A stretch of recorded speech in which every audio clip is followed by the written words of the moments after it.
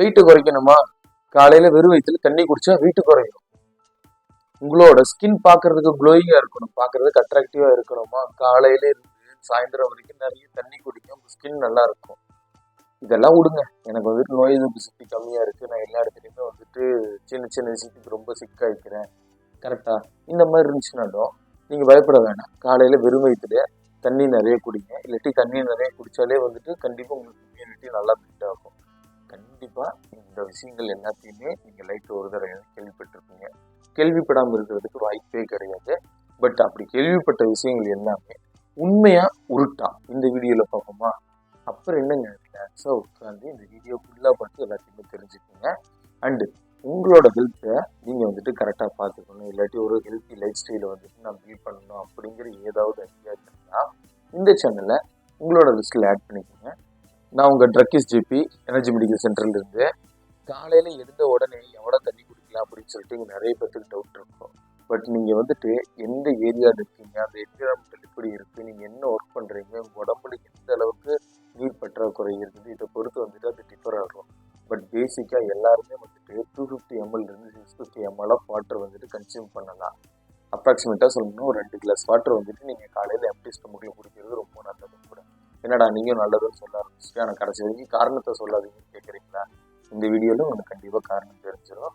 காலையில் வெறும் வயிற்றுல வந்துட்டு நீங்கள் தண்ணி குடிக்கிறப்போ நீங்கள் அதுக்கு முன்னாடி சாப்பிட்ட ஃபுட்ஸ் எல்லாமே வந்துட்டு அங்கங்கே வந்துட்டு டைஜஸ்ட் ஆகும், இன்டைஜஸ்ட் ஆகும், ஒரு சில டாக்ஸிக் மெட்டீரியல்ஸும் டெபாசிட் ஆகி அந்த டெபாசிஷன் எல்லாமே வந்துட்டு வாட்டர் நம்ம குடிக்கிறப்போ ஒரு ஃப்ரீ ஃப்ளோவில் வந்துட்டு அது எல்லாத்தையுமே கொண்டு போய் வேஸ்ட் ப்ராடக்ட் ஸ்டோர் பண்ணுற இடத்துல ஸ்டோர் பண்ணி நம்ம வேஸ்ட் ப்ராடக்ட் எல்லாம் வெளியில் போகிறப்போ ஆட்டோமேட்டிக்காக அதுவும் வெளியில் போகிறதுக்கு வாட்டர் ரொம்ப ஹெல்ப்ஃபுல்லாக இருக்கும்.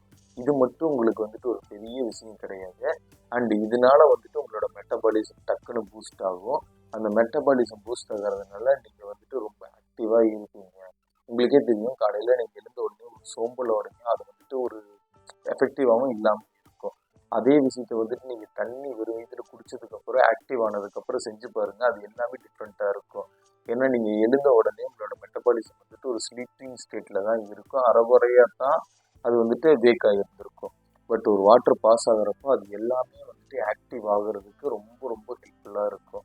சரி சரி, நீ வந்துட்டு ஸ்கின்னு நல்லா இருக்கணும்னு சொன்னீங்க, அதுக்கு என்ன பண்ணணும் அப்படின்னா, ஸ்கின் நீங்கள் தண்ணி நிறைய குடிக்கிறப்போ உங்களோட ரத்த அணுக்களோட ஓட்டம், ரத்தத்தோட வந்துட்டு டிரான்ஸ்போர்ட்டேஷன் ரொம்ப ஸ்பீடாக நடக்கும்.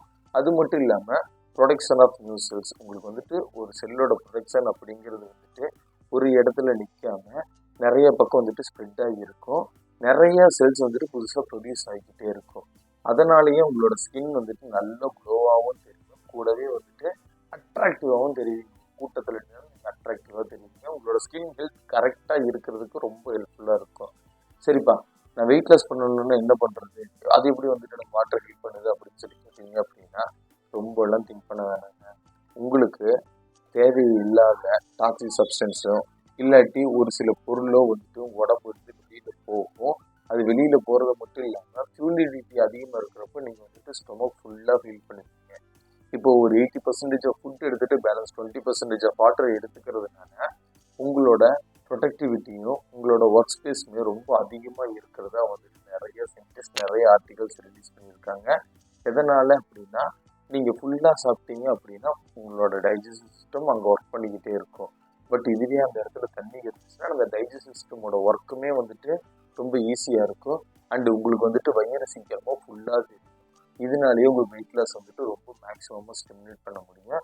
அண்ட் அதிகமான தண்ணி நீங்கள் கன்சியூம் பண்ணிக்க உடம்புல இருந்த டாக்ஸிசிட்டி எல்லாமே வெளியில் போக ஆரம்பிக்கும். எதுவுமே ஸ்டொமக் வந்துட்டு கரெக்டாக இல்லாமல் கரெக்டாக வச்சுக்க ஹெல்ப் பண்ணும். கூடவே வந்துட்டு உங்களோட டைஜஷன், உங்களோட அஜீரண கோளாறு இல்லாட்டி அந்த அல்சர் ப்ராப்ளம் இதெல்லாம் வராமல் பாதுகாக்கிறதுக்கு ரொம்ப ஹெல்ப்ஃபுல்லாக இருக்கும். உங்களோட ஸ்டொமக் ஹெல்த் நல்லா இருக்க வரைக்கும் உங்களுக்கு வந்துட்டு ஒபிசிட்டிங்கிற ஒரு ப்ராப்ளம் அரைஸ் ஆகாமல் பார்த்துக்கிறதுக்கு நிறைய பாசிபிலிட்டிஸ் இருக்குது. முடிஞ்ச வரைக்கும் இதை செஞ்சு உங்களோட ஹெல்த்தை நீங்கள் பார்த்துக்கோங்க. சரி சரி, இது எல்லாமே சரி. இப்போ நான் வந்துட்டு வெயிட் லாஸ் பண்ணுறதுக்கு சொல்லிட்டேன், ஸ்கின்னுக்கு சொல்லிட்டேன், என்னோட இம்யூனிட்டி எப்படி பில்ட் ஆகும் அப்படின்னு சொல்லி நீங்கள் கேட்டீங்க அப்படின்னா நான் முன்னாடி சொன்னதே தான்.